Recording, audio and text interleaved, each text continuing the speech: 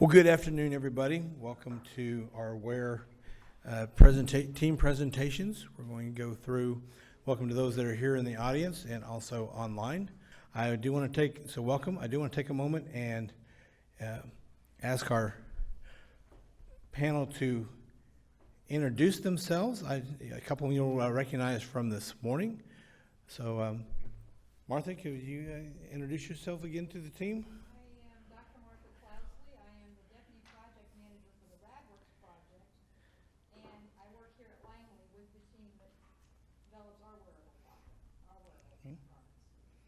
Catherine? I'm Catherine McLeod. I'm the RadWorks project manager. Most of the songs this morning, and I am from Johnson Space Center.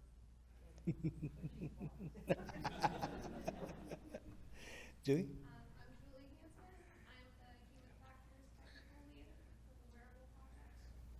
Dr. Sheila? I'm Sheila Tebow. I'm a physicist by education, and I work in materials research here at NASA Langley. Thanks. Crystal Chamberlain, senior technician. I've been doing thermal analysis work, material characterization for NASA for 20 years plus, and then I'm the /solutions designer. Juliana Simon. I am the student intern on the project. Welcome to our panel. Okay.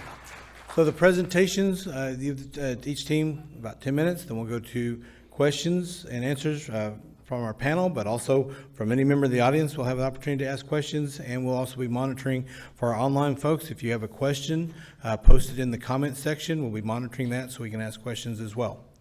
So, Team Half-Life, are you ready? You're the first ones in the hot box. Okay, turn it over to you. Team Half-Life.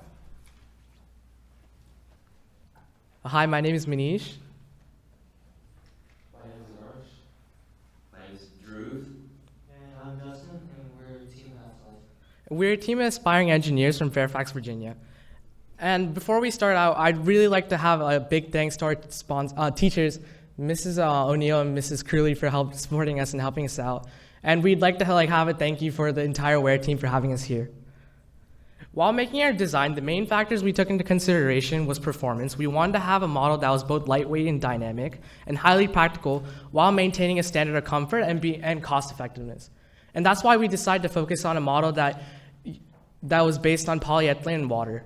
So the challenge that we ran into while designing was we wanted to have a high aerial density to provide as much protection as possible for the user, but we also had to maintain a low launch weight.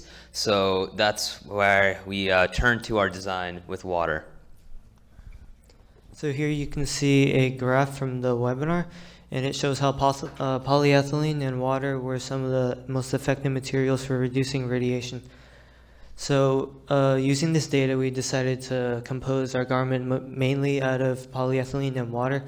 And on the left here is a 2D cross-section of our garment. We have polyethylene surrounding the water, kind of like a plastic bag. And you have polyethylene laced like a zigzag pattern throughout to maintain durability and structure. And we also have polydry on the inside of the garment to make sure the astronaut maintains a cool temperature. One of the other reasons why we decided to use water is because on spacecrafts, water is aboard the spacecraft, so by using material on the spacecraft, it reduces the amount of weight that we have to bring up into space. And in the cross-section here, you can see how the water is filled up, and there are different cells kind of stacked on top of each other, and the thickness of the outer cells is 5 millimeters thick of polyethylene. And we also have cell water transport openings, which are the little circles, and it allows the water to move throughout the cells. So here's a diagram of our water filling system. So at the top, we have a valve right up here, and basically you would fill up the water at the top. It would fill up the first cell, then it would go through the opening into the cell underneath it, and all the way till it gets to the bottom. So that's how we would fill up the garment. So in the center, we have a top view of the garment, In just a sec, we'll show you how we put the garment on, but to the sides we have sketches of how it would look like pre-assembled after you put it on. And to fill it up, as Justin was talking about, there are valves. The valves are the circles in the back view, and then there's one more hidden under the flap in the front view near the heart. So, yeah, that's good. Sorry about Yep. Dimensions. Yeah. So we got our dimensions from the anthropomorphic data from the NASA website, and we were trying to get it so that it'll fit a wide variety of sizes. Oh, sorry about that. So like this is a model of like how we would put on our design. Right, so as you can see, it just goes on from the top. You tuck in the front, bring the back out, and then of course you'd buckle it, not use tape, right? But then you put in the pelvis flap underneath. More on that wonderful feature later, right? Right. And as you can see, this is our like a visualization or model that we designed using Autodesk Inventor, which is a 3D modeling software. And along with our design, we also implemented a hood and visor that's based on polyethylene and water. And this provides strong protection for the user's brain and eyes. The design allows for the astronaut to remove this head protection easily without having a separate piece, such as a helmet. And the hood is also lined with polydry in order to maintain a comfortable temperature for the astronaut. Here's a diagram of the adjustable sizing system we have. So the front part of the suit overlaps with the bottom part, the back part of the suit in the underarms, so it can fit anybody with a different size torso. Okay, so as we showed in the assembly video, we have a pelvis flap, which we use to protect the lower GI tract, which contains the bone marrow deposits. Okay, so to fasten our suit, we used Cobra buckles, which are effective, stylish, and functional. And they fasten the back portion of the belt to the front portion of the belt. Now, although the ISS already has a water pumping system, we created our own water pumping system in case of like an SPE, in which technology cannot be 100% reliable and may malfunction. So our mechanical water pump can be 3D printed, which makes it both cost-effective and lightweight.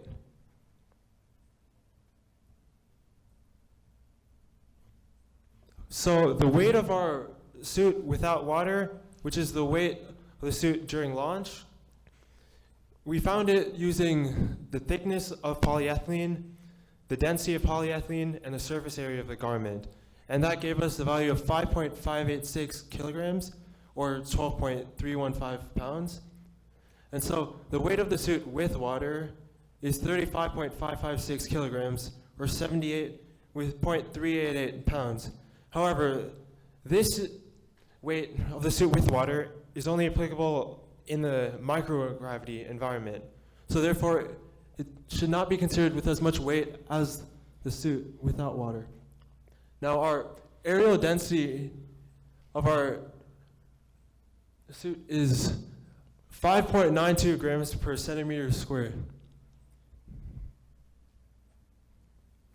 And if you guys want to check out more about our outreach programs along with more about our team and our supporters, you can check out our website at teamhalflife.com.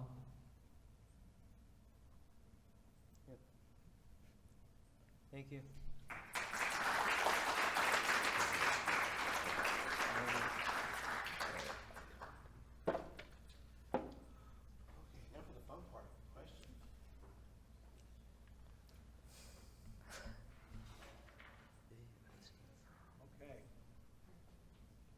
Test, there we go. Okay, any questions from them? Dr. Tebow? Yes, the poly-dry material that you're using for wicking, is that commercially available? I'm sorry, I didn't do any research on that. But I believe it's used in like exercise garments and stuff like that. Moisture wicking fabric. I love that you got the launch mat so low by using the water that's already up there. but have you thought about the concept of operations? Like, what's the flow rate? How long would it take you to fill each of those vests? And are you going to leave them full the whole time? Or if you wait till the storm starts, can it be filled, all 4 of them be filled in 30 minutes? So, in the instructions for the challenge, it said that it would be like some kind of advance warning, like a little bit, right? So, the concept of our operations is as soon as you get the warning, obviously retreat to your storm shelter and start filling the vest. It should take around 5 to 10 minutes because the pump is pretty efficient. It works based on capillary action and displacement. But if you have 1 pump for 4 vests, is that 5 minutes plus 5 minutes plus 5 minutes? I mean, it's the surface Still area. under 30, I'm just, Right, right. I mean, it's the surface area of like the vest, which is just around the size of a human body. It's just like a constant flow. So, I mean, it shouldn't take maybe more than 15 minutes at most. Like if you're like not being efficient, something goes wrong. 15 minutes at most for filling up the whole suit. per vest? Or vest. Yeah.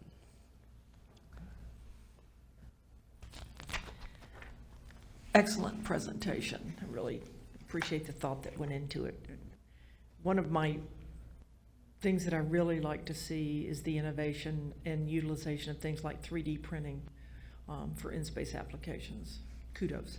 I did have one question regarding the fact that it was a polyethylene, but you didn't have an outer covering. Was there a reasoning? I would be concerned about punctures and other things that might occur if they're trying to continue operations while they have the suit on. Any consideration of that? Well, I intentionally made the thickness like really thick. 5 millimeters doesn't sound like much, but polyethylene is like pretty thick if you want to think like an inflatable thing. So the possibility of it getting punctured is like near zero. Okay, thank you. So the answer to the question is you did think about it. Yeah. Okay. All right, well, Catherine actually asked my question. You guys did a great job. Very interesting idea. Kudos to you as well. Will the water be potable after it's filled in the vest, which means once you empty out the water supply, can the astronauts still drink the water? We thought about that, and we think that the water can be purified again using water purification techniques such as ion exchange and reverse osmosis. Great.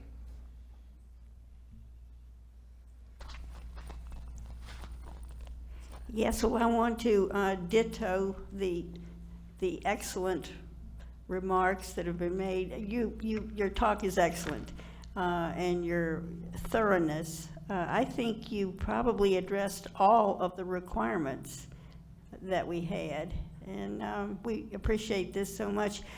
I like the idea that you included a headpiece and eye protection as well. And I'm not sure, did you have the weight of the helmet listed and the grams per centimeter squared? Did you have that on there?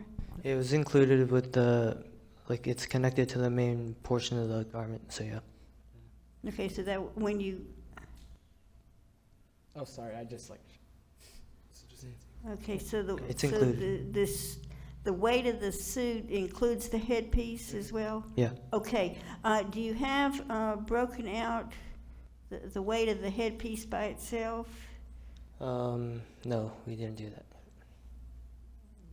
Though pieces attached to the main body itself, so like that's why we didn't take it into like separating it out. Well, this is an excellent piece of work. Thank you so much. Thank you.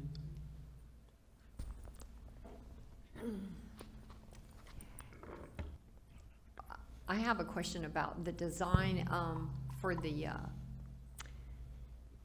strap that you had for those Cobra buckles. How Yeah. were those attached? Basically, so there's like, can I have the laser pointer? Yeah. Okay, yeah. So right here, this little notch sticking out, there's one here and on the other side. Basically, you pinch it with 2 fingers and it just detaches like extremely easily. And also you can just stick it back together again. Also, you have like the strap would go through here so you can adjust it.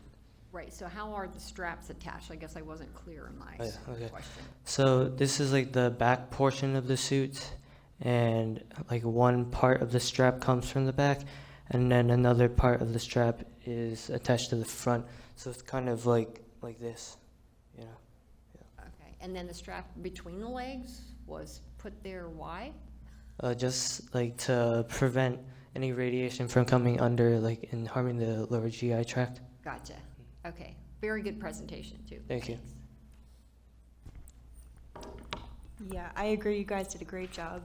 I was going to ask again about the bottom strap, because you mentioned it and then didn't talk about it again. I wasn't sure if that was part of the shielding design or if it was just a strap that was attaching. Yeah, it's part of the shielding design. It's also made out of polyethylene and water. Yeah. Oh, it is. Okay. All right. One more comment on that. During one of the webinars, we had a question about what happens when they have to go to the bathroom for during extended periods. So that's why we didn't want to just make a completely enclosed suit. So that's why we have the flap.